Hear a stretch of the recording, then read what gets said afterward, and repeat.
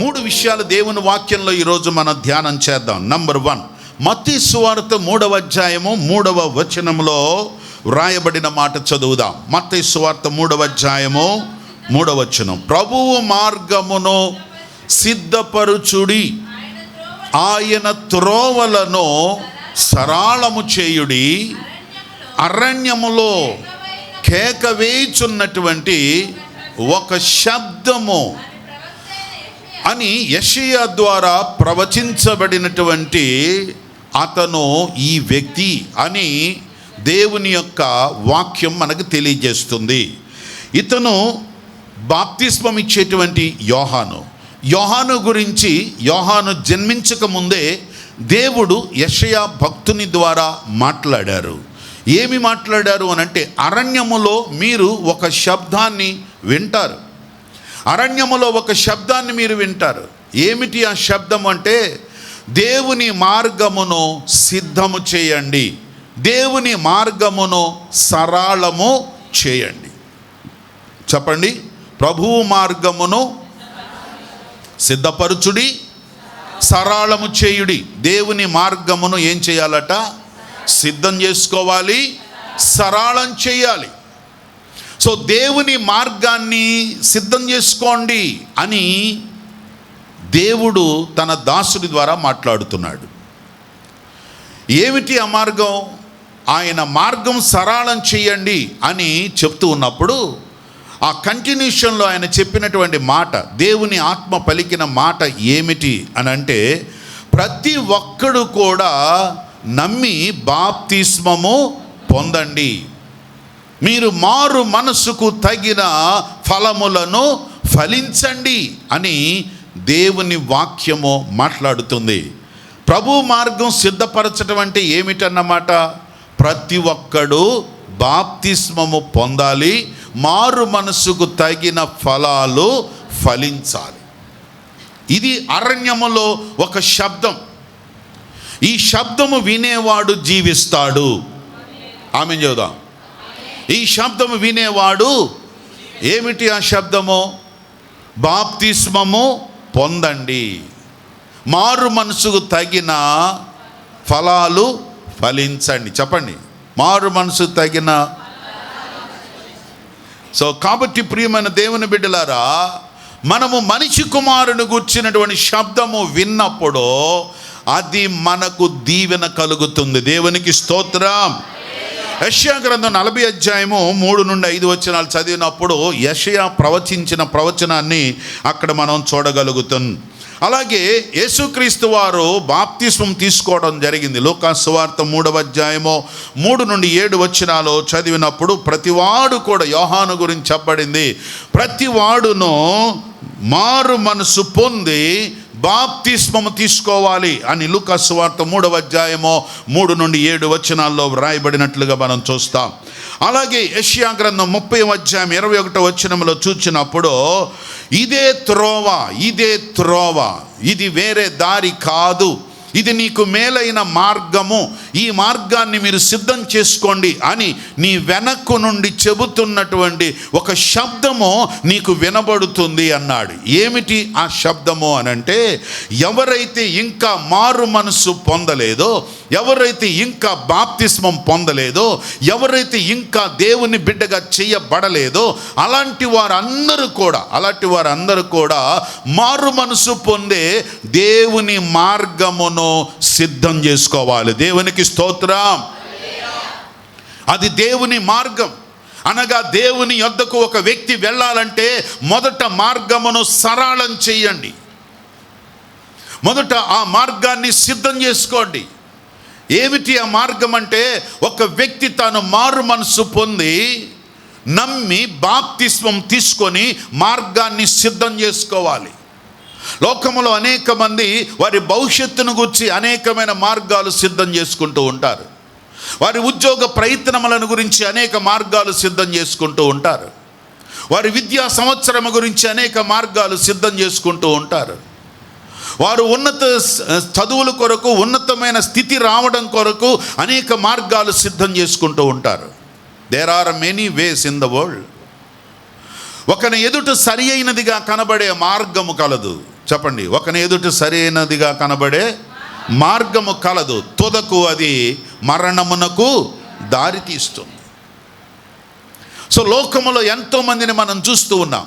వారు మార్గములో సిద్ధపరుచుకుంటున్నారు, కానీ తుదకు అది మరణమునకు దారి తీస్తూ ఉంది. వారు ఎన్నుకున్న మార్గము సరైనదిగానే వాళ్ళకి కనబడుతుంది. వారు ఎన్నుకున్నటువంటి ఆలోచనలు, తీర్మానములు, డెసిషన్స్ అన్నీ కూడా మంచిగానే కనబడుతున్నాయి, కానీ తుదకు అది ఎంతో నష్టాన్ని, కష్టాన్ని, అవమానాన్ని తీసుకొని వస్తూ ఉన్నాయి. అందుకే ప్రియులారా, ఆ మార్గాలు కాదు. ఈ లోకములో మనుషుడు జీవించడానికి మార్గాలు కావాలి, కానీ ఆ మార్గములు దేవుని రాజ్యమునకు తీసుకొని వెళ్ళలేవు. జీవం పొందడానికి ఆ మార్గం సరిపోదు, జీవించడానికి ఆ మార్గం సరిపోదు, దేవుని రాజ్యములో, మోక్షంలో చేర్చబట్టడానికి ఆ మార్గం సరిపోదు. గనక దేవుని కుమారుని గూర్చిన శబ్దము వినండి. దేవుడు అనేక సార్లు మనతో మాట్లాడుతూ ఉన్నాడు, నెలలుగా మాట్లాడుతూ ఉన్నాడు, సంవత్సరాల కొద్ది దేవుడు మాట్లాడుతున్నాడు. ఇంకా మనము బాప్తిసం తీసుకోవడం లేదు. దేవుని కుమారుని శబ్దము విన్నటువంటి వారు జీవాన్ని పొందుకుంటారు. దేవునికి స్తోత్రం. నమ్మి బాప్తిస్మం పొందిన వ్యక్తి ఎవరైతే ఉన్నారో వారు జీవములో ఉన్నారు. నమ్మితే స్తోత్రం చెబుదాం. కాబట్టి మొట్టమొదటిగా మనం గమనించినట్లయితే ప్రతి ఒక్కరు కూడా బాప్తిసం తీసుకోమనే శబ్దం వింటున్నావా? దేవుడు నీతో మాట్లాడుతున్న శబ్దాన్ని గమనిస్తున్నావా?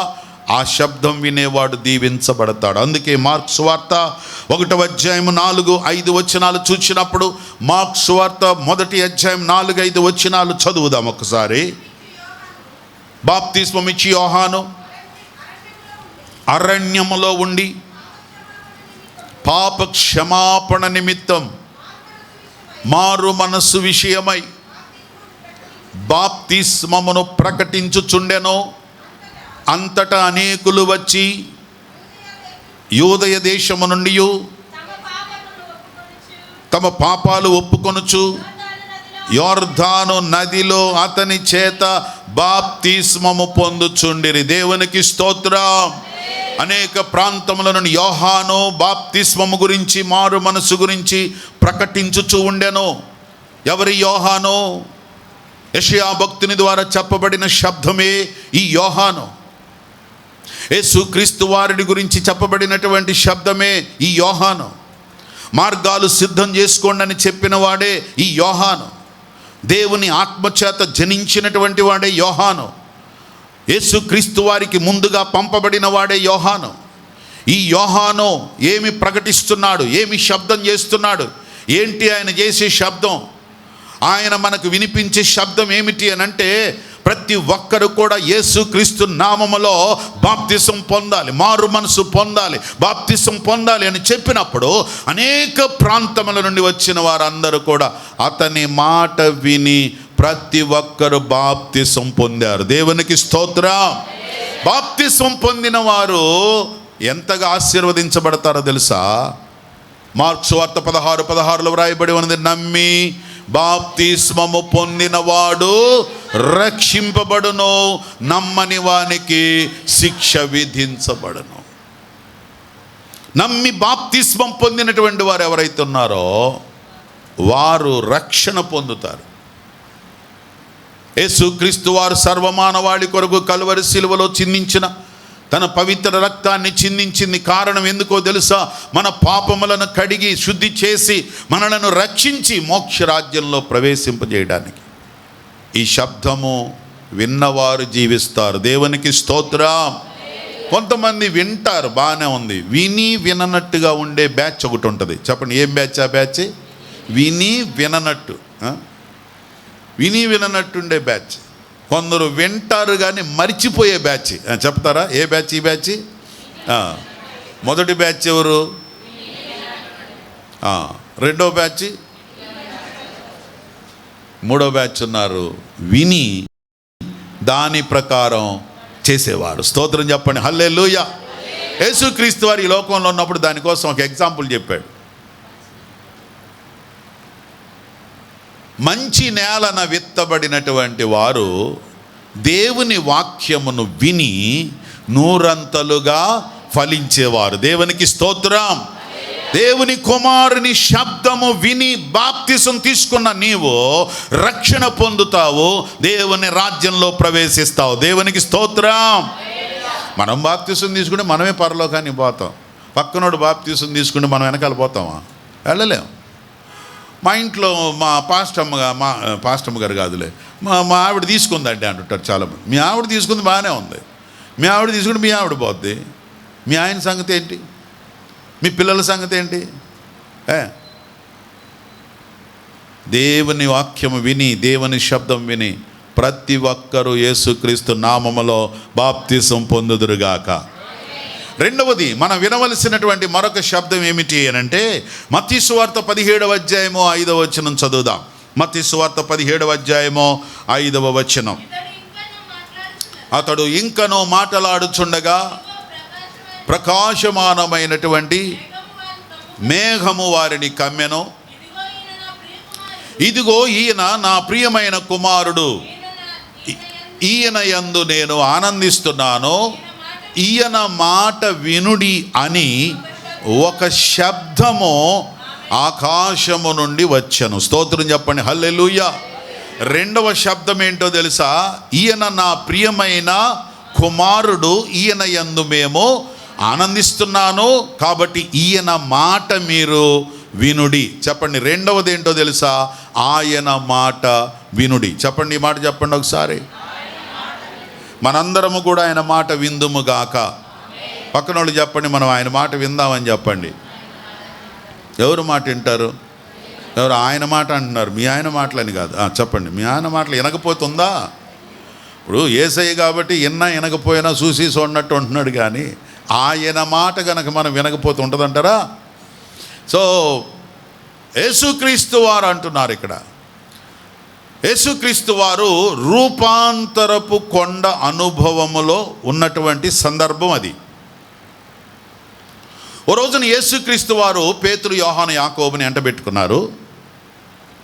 ఎత్తైన పర్వతం మీదకి తీసుకొని వెళ్ళాడు. అక్కడ కొంతసేపు మీరు అక్కడ ఉండండి అని చెప్పాడు. ఆయన ఇంకా కొంత దూరం పైకి వెళ్ళాడు. అక్కడ దేవునితో మాట్లాడుతూ ఉన్నాడు. ఈ శిష్య బృందానికి యేసు ప్రభు వారు కనబడుతున్నారు. ప్రభువుతో పాటుగా ఇద్దరు ప్రవక్తలు కనబడుతున్నారు, ఏలియా, మోషే, ఇద్దరు కనబడుతున్నారు. వాళ్ళతో యేసు ప్రభు వారు డిస్కస్ చేస్తున్నట్లు వాళ్ళకి కనబడుతుంది. అండ్ ఆ మాట్లాడుతున్నటువంటి ఆ సందర్భాన్ని వాళ్ళు చాలా ప్లీజ్ అయిపోయారు. ఎందుకు అనంటే ఆ స్థలములో యేసుక్రీస్తు వారు ఇంతకుముందు చూసినట్టుగా లేడు. ఆయన ముఖరూపం మారిపోయింది, ఆయన వస్త్రాలు మారిపోయినాయి, తేజోమహిమలో ఆయన కనబడుతున్నాడు. యేసు ప్రభు వారిని శిష్యులు చూచి చాలా ఆశ్చర్యపోయారు. అరే, మన యేసయ్య అంటే ఏదో అనుకున్నాం, యేసయ్యలో ఒక షేడే అనుకున్నాం, మరొక షేడు కూడా ఉంది. ఇందాక చెప్పాను కదా, తల్లిదండ్రులు ఒక షేడే కాదు, రకరకాల షేడ్స్ ఉంటాయి కదా. ఒక్కోసారి కోపపడతారు, ఒక్కోసారి బాధపడతారు, ఒక్కోసారి సంతోషంగా ఉంటారు, ఒక్కోసారి ఎంకరేజ్ చేస్తారు, ఒక్కోసారి డిస్కరేజ్ కూడా చేస్తారు. షేడ్స్ ఉంటాయి. ఈ షేడ్స్ అన్నీ దేనికో తెలుసా? మన మేలు కోసమే. స్తోత్రం చెప్పండి, హల్లెలూయా. యేసుక్రీస్తు వారిలో కూడా ఆ షేడ్ మారిపోయింది. ఇంతకుముందు వరకు వాళ్ళతో ఉన్నటువంటి ఆ అనుభూతిని వారు గుర్తు చేసుకుంటే యేసు ప్రభు వారు ఈరోజు అంత తేజోమహిమలో కనబడుతున్నారు అని ఆలోచిస్తూ ఉండగా ఈలోపే వీళ్ళ మీద ఒక మేఘం కమ్మేసింది. వీళ్ళకు కూడా ఆ తేజస్సు వచ్చేసింది. ఆ తేజోమహిమలో ఉన్నప్పుడు ఒక శబ్దాన్ని వాళ్ళు విన్నారు. ఏమిటి ఆ శబ్దం అని అంటే, ఈయన నా ప్రియమైన కుమారుడు, ఈయన నందు నేను ఆనందిస్తున్నాను, అండ్ ఈయన మాట మీరు వినుడి. చెప్పండి, ఆ మాట హైలైట్ చేయండి, ఆయన మాట. సో దేవుని మాట వినండి, ఆయన మాట వినండి. ఎందుకు ఆ మాట చెప్పాల్సి వచ్చింది అని అంటే, ఆల్రెడీ వాళ్ళ మైండ్లోకి ఒక థాట్ వచ్చింది. ఏమిటి వాళ్ళకి వచ్చిన ఐడియా అంటే, అరే మన యేసయ్య చాలా గొప్పవాడు, తేజోమహిమలో కనబడుతున్నాడు, యేసు ప్రభు మళ్ళీ భూమి మీదకి రావద్దు, ఆయన అక్కడే ఉండాలి, ఆయనకు ఒక గుడి కడదాం, ఆయనకు కడితే మిగిలిన ప్రవక్తలు బాధపడతారేమో, వాళ్ళిద్దరు కూడా చెరొక గుళ్ళు కడదాం, 3 గుళ్ళు ముచ్చటగా కట్టేద్దాం అని మనసులో ముగ్గురు మాట్లాడుకుంటున్నారు. అందుకే దేవుని ఆత్మల ముగ్గురు మీదకి తేజో మహిమ వచ్చేసింది. ఆ మేఘములో నుండి ఒక శబ్దాన్ని వారు వింటున్నారు. మీ ఇష్టం వచ్చినట్టు మీరు చేయమాకండి, మీ ఇష్టం వచ్చినట్టు ఆలోచించబాకండి. నీ మనసుకు వచ్చిందే నువ్వు అనుకోమాక, నీ మనసులో ఉన్నది ఏదో చేసేయాలని అనుకోమాక. Hear the word. ఆయన మాట విను. ఆయన నీ గురు, ఆయన నీ తండ్రి, ఆయన నీ స్నేహితుడు, ఆయన నీ నాయకుడు. మాట విను. చెప్పండి, ఏం వినాలి? మాట విను, మాట విను. దేవుని వాక్యములో ఉంది, పొటేళ్ల క్రొవ్వును అర్పించుట కంటే, దేవునికి బలులు అర్పణలు చెల్లించుట కంటే దేవుని మాట వినుట శ్రేష్టము. దేవునికి స్తోత్రం. అది దేవునికి ఇష్టం. నా మాట విను అని దేవుడు శబ్దముతో ఆ శబ్దాన్ని వారు విన్నారు. అందుకనే పేతురు భక్తుడు అంటాడు. సో చదువుదాం ఇప్పుడు ఆ పేతురు రాసినటువంటి 2వ పత్రిక 1వ అధ్యాయము 18వ వచనం చదువుదాం. మేము ఆ పరిశుద్ధ పర్వతం మీద ఆయనతో కూడా ఉండిన వారమై ఆ శబ్దము ఆకాశము నుండి రాగా మేము వింటిమి. ఏమని శబ్దం విన్నారు వారు?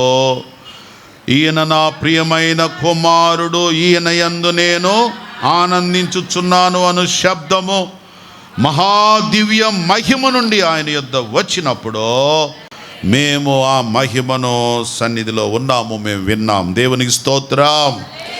కాబట్టి శిష్య బృందము ఆ మాట విన్నారు. వినుడి అని యేసు ప్రభు వారు చెప్పారు. వినుడి అని దేవుడు చెప్పాడు. ఎవరి మాట వినాలని? యేసయ్య మాట వినాలి అని తండ్రి అయిన దేవుడు చెప్పాడు. తండ్రి మాట్లాడింది ఎవరు చెప్పండి? తండ్రి. చెప్పండి, మాట్లాడింది ఎవరు? అందరూ చెప్పండి, మాట్లాడింది ఎవరు? తండ్రి అయిన దేవుడా, యేసు ప్రభువారా? సో తండ్రి ఏం చెప్పాడు చెప్పండి? ఆయన మాట. సో ఈరోజు ఒకవేళ తండ్రిగా, దేవుణ్ణి తండ్రిగా ఫీల్ అయితే ఖచ్చితంగా మనం ఎవరి మాట వినాలి? దేవుని మాట వినాలి. దేవునికి స్తోత్రం. యేసయ్య మాట మీరు వినండి, యేసయ్య మాట వినండి. ఆ మాట మేము విన్నాం అని పేతురు చెప్తున్నాడు. యేసయ్య శిష్య బృందం అందరూ కూడా యేసయ్య చెప్పిన మాట విన్నారు. అందువల్లనే భూలోకాన్ని తల్లకిందులు చేయగలిగారు. దేవునికి స్తోత్రం. మాట వినుట శ్రేష్టము. మాట విను. ఇష్టం వచ్చినట్టు చేయొద్దు. నాకు తెలుసు అని అనుకోవద్దు. నాకు అన్నీ తెలుసు అని అనుకుంటున్నావు, అందుకే వినడం లేదు. విను, మాట విను, మాట విను. మాట వినక ఉన్న వనరులు, ఉన్న వసతులు అన్నీ పోగొట్టుకున్నాడు. ప్రామిసెస్ పోగొట్టుకున్నాడు, వాగ్దానాలు పోగొట్టుకున్నాడు, తరతరాల దీవెన పోగొట్టుకున్నాడు. ఎవరు చెప్పండి? సౌలు ఏం చేశాడు? మాట వినలేదు. మాట వినలేదు గనుకనే దేవుడు తరతరాలకి ఇచ్చిన దీవెన పోగొట్టుకున్నాడు. మాట వినని మీ పిల్లలను చూసినప్పుడు, మాట వినని స్నేహితులను చూసినప్పుడు, మాట వినని కుటుంబాన్ని చూసినప్పుడు, మాట వినని భర్త, మాట వినని భార్యను చూసినప్పుడు ఎలా ఉంటుంది? పోండి, మీ ఇష్టం, మీ నాశనం మీరే కొని తెచ్చుకుంటారు అని వదిలేస్తారు కదా. సౌలుకు అదే చెప్పాడు. Saul, you are unlucky man, you are unlucky man. నువ్వు ఉన్న అదృష్టాన్ని పోగొట్టుకున్నావాయా, పోగొట్టుకున్నావు. ఎందుకంటే జస్ట్ వన్ థింగ్, నువ్వు మాట వినలేదు. నీకంటే ఉత్తముడైనటువంటి దావీదుని నేను ఎన్నుకున్నాను. దేవునికి స్తోత్రం. కారణం ఏంటో తెలుసా? అతడు నా చిత్తమంతటిని నెరవేర్చువాడు. Father likes to do the will of father. తండ్రి ఏది ఇష్టపడతారంటే తండ్రి ఇష్టాన్ని, తండ్రి చిత్తాన్ని, తండ్రి ఆలోచనను చెయ్యగలిగిన నా చిత్తమంతటిని నెరవేర్చగలడు. అందుకే అతడు నా హృదయానుసారుడై ఉన్నాడు. దేవునికి స్తోత్రం. యేసుక్రీస్తు శిష్య బృందం అంతా మాట విన్నారు కాబట్టే ఏం మాట విన్నారు తెలుసా? యేసు ప్రభు చెప్పిన మాటలు. ఆయన యేసుక్రీస్తు వారు బాప్తిసం పొందినప్పుడు పరిశుద్ధాత్మ ఆయన మీదకి పావురంలాగా దిగొచ్చినప్పుడు అప్పుడు కూడా శబ్దం విన్నారు. ఈయన నా ప్రియమైన కుమారుడు, ఈయన యందు నేను ఆనందిస్తాను. అప్పుడు శబ్దం విన్నారు. వెంటనే బాప్తిసం ఇస్తున్న యోహాను అన్నాడు, యేసుక్రీస్తు వారు ఒడ్డు మీదకి వెళ్ళగానే శబ్దం వినగానే యోహాను ప్రకటిస్తున్నాడు, ఇదిగో దేవుని యొక్క గొర్రెపిల్ల. 3వ అధ్యాయంలో మీరు తర్వాత చదువుకోవచ్చు. ఆయన మాట విని శిష్యులైన వారు యేసును వెంబడించడం మొదలుపెట్టారు. దేవునికి స్తోత్రం. మత్తయి సువార్త 4వ అధ్యాయం 18 నుండి 22 వచనాలు చదివినప్పుడు ఆయన మాట విని యేసయ్యను వెంబడించిన శిష్యుల పేర్లు అక్కడ రాయబడ్డాయి. యేసయ్య బాప్తిసం తీసుకున్న వెంటనే ఆ శబ్దం వినబడింది. ఆ శబ్దం వినగానే యోహాను శిష్యులు, అప్పటి వరకు యోహాను శిష్యులుగా ఉన్నవారు, అప్పటి వరకు బాప్తిసం తీసుకున్నవారు, అప్పటి వరకు యోహాను ఫాలో అవుతున్నటువంటి వారు, వీళ్ళందరూ కూడా ఏం చేశారో తెలుసా? యోహాను వదిలిపెట్టి యేసయ్యను వెంబడించడం మొదలుపెట్టారు. They followed Jesus. If you here the word, if you here the voice of father, you must follow Jesus. శిష్యులు మేము విన్నాము అని చెప్తున్నారు. విని ఏం చేశారు తెలుసా? యోహాను వదిలిపెట్టి యేసయ్యను వెంబడించడం మొదలుపెట్టారు. చప్పట్లు కొట్టి ప్రభు నామాన్ని మహిమపరుద్దాం. ఏది వదిలిపెట్టాలో, ఏది అనుసరించాలో విన్నారు. We can walk in the right way when we hear the Father voice. తండ్రి దేవుని మాట ఎవరైతే విన్నారో ఆ విన్న వాళ్ళు ఏది లెఫ్ట్ అవ్వాలో, ఏది వదిలిపెట్టాలో, ఏది విడిచిపెట్టాలో దాన్ని విడిచిపెట్టి దేన్ని అనుసరించాలో దాన్ని అనుసరించారు. కాబట్టి యేసయ్య శిష్యులుగా రికార్డు సృష్టించగలిగారు. దేవునికి స్తోత్రం. ఈరోజు నీవు నేను మనందరి జీవితాల్లో కూడా విడిచిపెట్టవలసిన దాన్ని విడిచిపెట్టాలి, దేన్ని వదిలిపెట్టాలో దాన్ని వదిలిపెట్టాలి. బాప్తిసం ఇచ్చి యోహాను కూడా ప్రవక్తే కదండి, బాప్తిసం ఇచ్చి యోహాను కూడా సేవకుడే కదండి, బాప్తిసం ఇచ్చి యోహాను కూడా దేవుని బిడ్డే కదండి, అందుకని ఆయన వెనకాల పడి పోతున్నామండి. పోతున్నావు బాగానే ఉంది. ఆయన అంటున్నాడు, ఒరే నాయన, నేను ఒక ప్రవక్తనేరా బాబు, నేను కూడా యేసయ్య రాకడ కోసమే చూస్తున్నాను, మీరు ఫాలో అవ్వండి. యేసు ప్రభు శిష్యులు శబ్దం విని లోబడి యేసయ్యను వెంబడించడం మొదలుపెట్టారు. స్తోత్రం చెప్పండి, హల్లెలూయా. అండ్ లూకాసు సువార్త 24వ అధ్యాయము 49వ వచనం నోట్ చేసుకోండి, తర్వాత చదువుకుందాం. లూకాసు సువార్త 24వ అధ్యాయం 49వ వచనం, అపోస్తల కార్యం 1వ అధ్యాయము 4-5 వచనాలు చూచినప్పుడు వారికి దేవుడు ఒక మాట చెప్పాడు. యేసు ప్రభు ఒక మాట చెప్పాడు. ఏం చెప్పాడు తెలుసా? ఆయన ఒలీవల కొండ మీద ఉన్నప్పుడు శిష్య బృందం అందరు ఇలాగే ఉన్నారు. శిష్యులారా, మీరందరూ కూడా పైనుండి వాగ్దానము పొందుకునే వరకు నిలిచి ఉండుడి. చెప్పండి, పైనుండి వాగ్దానమును, పైనుండి శక్తి పొందుకునే వరకు, పైనుండి ప్రభావం పొందుకునే వరకు, పైనుండి పరిశుద్ధాత్మను పొందుకునే వరకు, పైనుండి శక్తి గలవారుగా మార్చబడినప్పుడు అప్పటి వరకు మీరు పట్టణములో నిలిచి ఉండుడి. 10 దినములు వారు పట్టణములో నిలిచి ఉన్నారు. పరిశుద్ధాత్మ శక్తి పొందుకున్నారు. భూలోకాన్ని తల్లకిందులు చేయగలిగారు. దేవునికి స్తోత్రం. They obey to the word of God. They obey to the voice of God. దేవుని స్వరం, దేవుని శబ్దం విన్న శిష్యులు ఈ లోకములో ఒక అద్భుతమైనటువంటి వారిగా వాడబడ్డారు. నీవు నేను మనము కూడా ఆ శబ్దము విన్నటువంటి వారిగా జీవము కలిగిన బిడ్డలుగా జీవించుదముగాక. వినేవారు జీవిస్తారు. మన అంశం ఏంటి చెప్పండి? శబ్దం వినేవారు జీవిస్తారు. చెప్పండి. 2 విషయాలు. 1, శబ్దము విని బాప్తిసం పొందాలి, శబ్దము విని యేసయ్యను వెంబడించాలి. మూడవదిగా యోహాను సువార్త 5వ అధ్యాయం 28వ వచనాన్ని చదువుదాం. యోహాను సువార్త 5వ అధ్యాయం 28వ వచనం.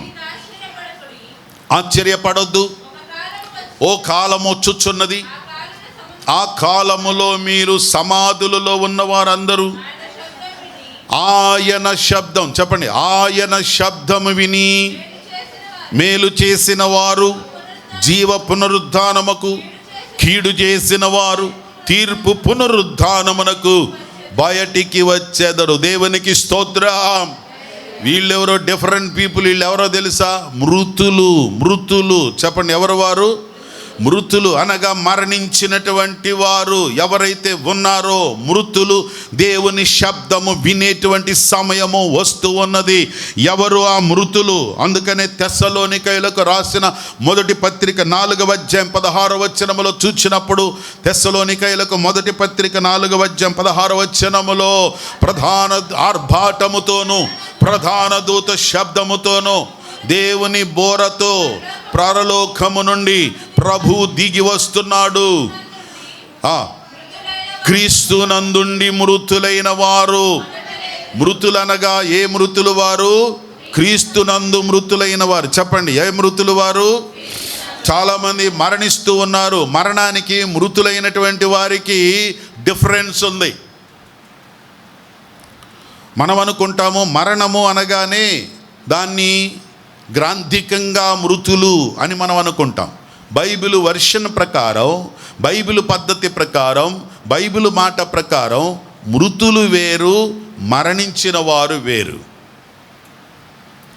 మృతులు అనగా యేసుక్రీస్తుని నమ్ముకొని చనిపోయిన వారు ఉన్నారే, వాళ్ళని మృతులు అనాలి. చెప్పండి, మృతులు అంటే ఎవరు? క్రీస్తునందు మృతులైన వారు. చెప్పండి, మళ్ళీ ఒకసారి చెప్పండి, ఎవరు వారు? క్రీస్తునందు మృతులైన వారు. మరి మరణించిన వారు ఎవరు? పాపము వలన వచ్చు జీతము, ఇది రెండవ మరణం. ఎవరు వారు? ప్రకటన గ్రంథంలో చెప్పారు కదా, పిరికివారు, అవిశ్వాసులు, అవివేకులు, విగ్రహారాధికులు, మాంత్రికులు, వీరందరూ అబద్ధికులు అగ్ని గంధకములతో మండుచున్న గుండములో పడవేయబడుదురు. ఇది రెండవ. సో మరణము అనగా ఎవరైతే యేసుక్రీస్తు లేకుండా చనిపోతున్నారో వారు మరణములో ఉన్నారు. చెప్పండి, మరణించిన వారంటే ఎవరు? చెప్పండి, మరణించిన వారంటే ఎవరు? క్రీస్తులో లేని వారు మరణించిన వారు. మృతులంటే ఎవరు? నేర్చుకోండి. మృతులంటే ఎవరు? చెప్పండి, నోటితో చెప్తూ ఉంటే మైండ్లో రికార్డ్ అవుతుంది. చెప్పండి, మృతులంటే ఎవరు? మరణించిన వారంటే ఎవరు? క్రీస్తు లేని వారు. చాలా ఈజీగా ఉంది కదా. చెప్పండి, క్రీస్తు లేని వారు మరణిస్తారు, క్రీస్తు ఉన్నవారు మృతులవుతారు. చెప్పండి, మళ్ళీ ఒకసారి చెప్పండి మాట. మరి శబ్దము వినేవారు ఎవరు? మృతులు. చెప్పండి, శబ్దం వినేవారు ఎవరు? మృతులు అనగా ఎవరు? మృతులు క్రీస్తునందుండి మృతులైన వారు మొదట లేస్తారు. దేవునికి స్తోత్రం. సో ఒక కాలము వచ్చుచున్నది, ఆ కాలమున అందరూ కూడా దేవుని కుమారు శబ్దము వింటారు. విన్నవారు జీవిస్తారు. ఎలా జీవిస్తారో తెలుసా? మనం చదువుకున్న యోహాను సువార్త 5:28లో మేలు చేసిన వారు జీవ పునరుద్ధానానికి. చెప్పండి, మేలు చేసిన వాళ్ళు ఎక్కడికి? జీవ పునరుద్ధానం. కీడు చేసిన వారు తీర్పు పునరుద్ధానం. అంటే వాళ్ళు కూడా బయటకు వస్తారు. చనిపోయిన వాళ్ళందరూ, మరణించిన వారందరూ, మృతులైన వారు అందరూ బయటకు వస్తారు. కానీ క్రీస్తునందుండి మృతులైన వారు జీవ పునరుద్ధానములోనికి వెళతారు. వారికి జీవం. ఎందుకు వాళ్ళకి జీవం? ఎందుకు వాళ్ళకి జీవము అని అంటే, మీరు యోహాను సువార్త 5:24లో మనం ఎప్పుడు చదువుకుంటూ ఉంటాం, నా మాట విని నన్ను పంపిన వాని యందు విశ్వాసముంచువాడు నిత్య జీవం. చెప్పండి, పంపిన వాడి మాటను విశ్వసించిన వాడు నిత్య జీవం. నిత్య జీవము గలవాడు అట్టివాడు తీర్పులోనికి రాక. ఎక్కడికి రాడు? చెప్పండి, ఎక్కడికి రాడు? తీర్పులోనికి రాక మరణంలో నుంచి జీవములోనికి. మరణములో నుండి చెప్పండి ఎక్కడికి? మరణం అంటే ఏంటి? నరకం కదా. మరణం అంటే ఏంటి? అగ్ని గంధకములతో మండుచున్న గుండము. చెప్పండి, మరణం అంటే ఏంటి? అగ్నిగుండం. చెప్పండి, మరణం అంటే ఏంటి? కొంచెం గట్టిగా చెప్పండి. మరణం అంటే ఏంటి? ఈ మరణములో నుండి జీవములోనికి. ఆమేన్, ప్రైజ్ ది లార్డ్. సో ఎవరు క్రీస్తునందుండి, యేసు క్రీస్తునందుండి అంటే యేసుక్రీస్తు శబ్దము విని మారు మనసు పొంది బాప్తిసం తీసుకొని యేసుక్రీస్తు శబ్దము విని ఆయన మాట వినేవారు యేసుక్రీస్తు శబ్దము విని పునరుద్ధానులై జీవములో ప్రవేశిస్తారు. దేవునికి స్తోత్రం. యేసయ్య అతి త్వరలో రాబోతూ ఉన్నాడు గనక అందుకని అపోస్తలుడైన పౌలు గారు అంటూ ఉన్నాడు, కొరింథీయులకు రాసిన మొదటి పత్రిక 15వ అధ్యాయము 51, 52 వచనాలు చదివినప్పుడు మీకొక మర్మాన్ని తెలియజేస్తున్నాను. మనందరము కూడా నిద్రించము కానీ ఒక్క నిమిషములో కడబోర మ్రోగగానే, కడబోర శబ్దము వినగానే మనందరము కూడా మార్పు చెందుతాము. బోరమ్రోగును, మృతులు అక్షయములుగా లేపబడతారు. మనము మార్పు పొందుదము. రెండు విషయాలు ఇక్కడ. మృతులేమో అక్షయమైన దేహము ధరించుకొని వచ్చేస్తారు.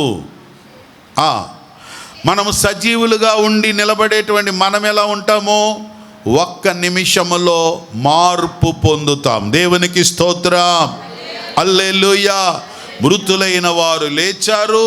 సజీవులుగా మనం యేసయ్యని నమ్ముకున్నటువంటి మన అందరము కూడా తిరిగి యేసయ్య దగ్గరికి చేర్చబడతాం. దేవునికి స్తోత్రం. యేసయ్య వచ్చినప్పుడు మనందరం వెళ్ళిపోతాం. మనందరం వెళ్ళిపోగానే ఏం జరుగుద్దో తెలుసా? ఒకవేళ యేసు ప్రభు వారు ఇప్పుడే వచ్చాడు అనుకోండి, యేసు ప్రభు రాగానే మనందరం ఏడుంటామా? ఆడుంటాం. చెప్పండి, ఏం డౌట్గా ఉన్నారు? ఎక్కడుంటామో కూడా తెలియదు అన్నట్టు. చెప్పండి, యేసు ప్రభు ఇప్పుడు వస్తే మనం ఎక్కడుంటాం?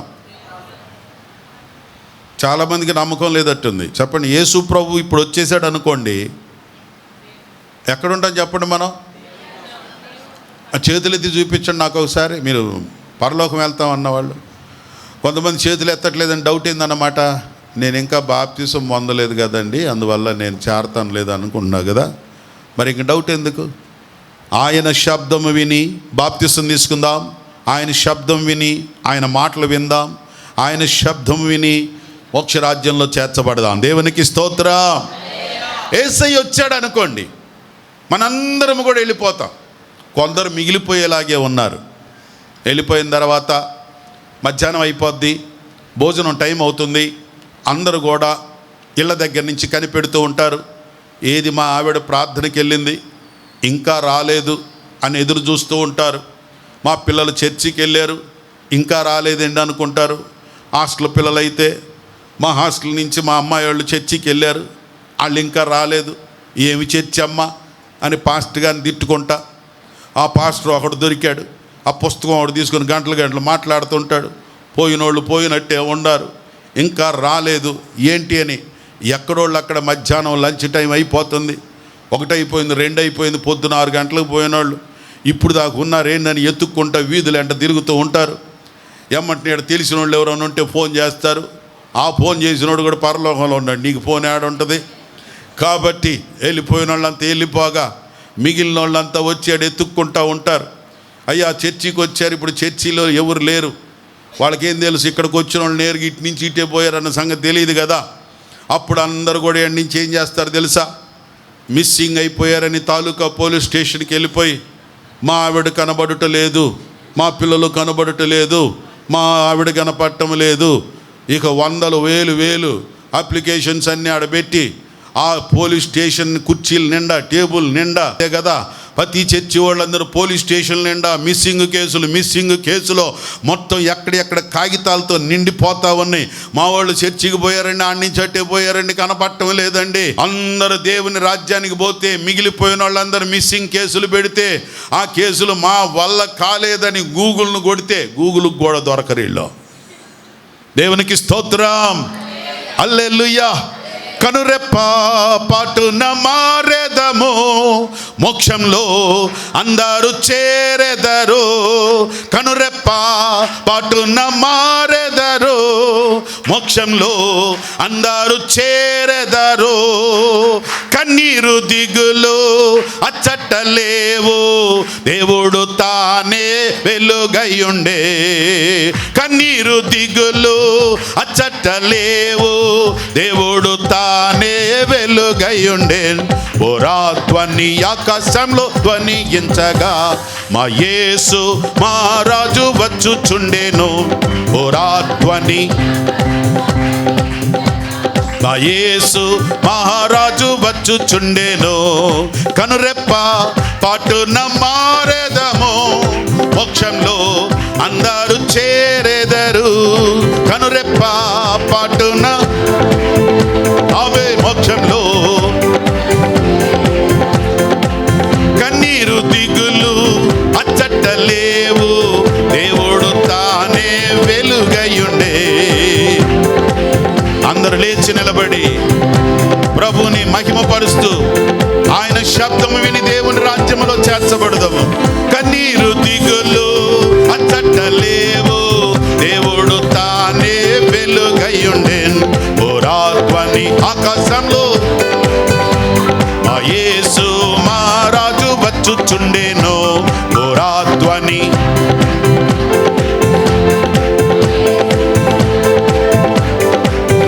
ఆమేన్, హల్లెలూయా. రెండు చేతుల దేవునికి స్తోత్రయాగం చెల్లిద్దాం.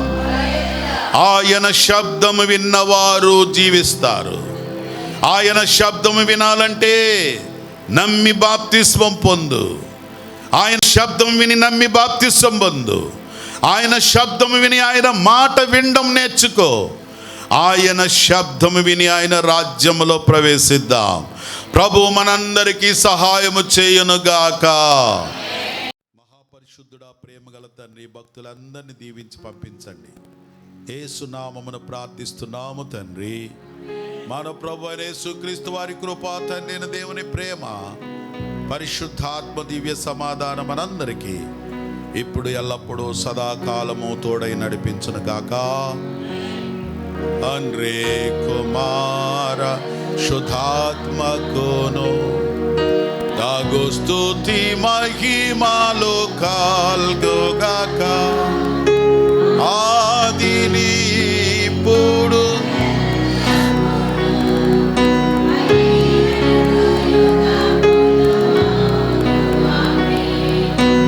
తండ్రి కుమార శుద్ధాత్మకును దాగు స్తుతి మహిమలు కల్గుగాక. అందరికీ వందనాలు. దేవుడు అందరిని ఆశీర్వదించును గాక.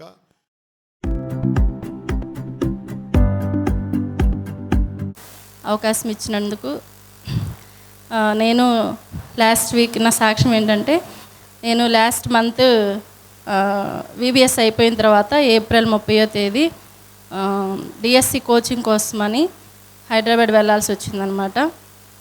అనుకోలేదు వెళ్దామని. టైము పెంచుతారులే, ఇంట్లోనే ఉండి ప్రిపేర్ అవుదాం అనుకున్నాను. కానీ ఏమో పెంచకపోతే మళ్ళీ ఎట్లాగా, అందులోనూ నెక్స్ట్ జూన్ నుంచి మళ్ళీ కాలేజ్కి వెళ్ళాలి కదా అన్న ఉద్దేశంతో ఆ 1 మంత్ సమ్మర్ కాబట్టి తీసుకుందాం కోచింగ్ అనిపించింది.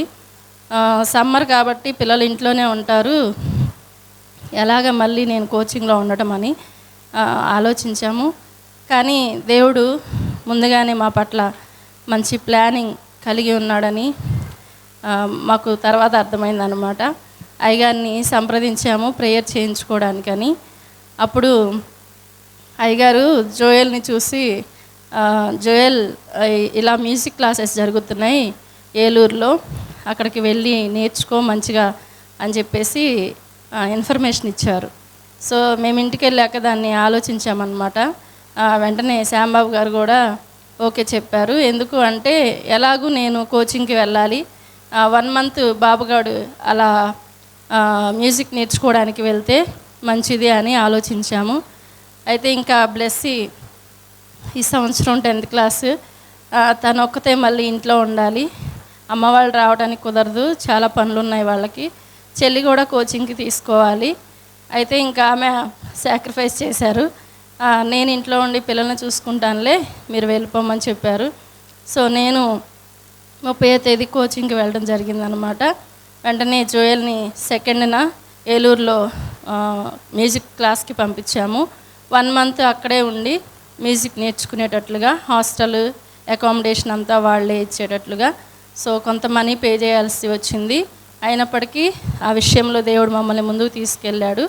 నేను కూడా కోచింగ్ తీసుకోవడం అనేది మనీతో కూడుకున్న విషయం, అయినప్పటికీ దేవుడు సహాయం చేశాడు. తర్వాత ఆర్తి కూడా ఇంకా సరే ఇంట్లోనే ఉండి పిల్లల్ని చూసుకుంటూ బ్లెస్సింగ్కి తోడుగా ఉండి ఇక్కడే కోచింగ్ తీసుకుంటానని చెప్పారు. తను కూడా ఇక్కడ జాయిన్ అయ్యి డైలీ వెళ్ళి చదువుకుంటూ ఉన్నారనమాట. అయితే తన వల్ల బ్లెస్సింగ్ గురించి తను ఆగిపోవాల్సి వస్తుంది. బ్లెస్సింగ్ని ఇక్కడ వదిలేసేయి, మా దగ్గర మేము రోజు ప్రేయర్స్కి వెళ్ళేటప్పుడు తీసుకెళ్తూ తన కేర్గా చూసుకుంటాము.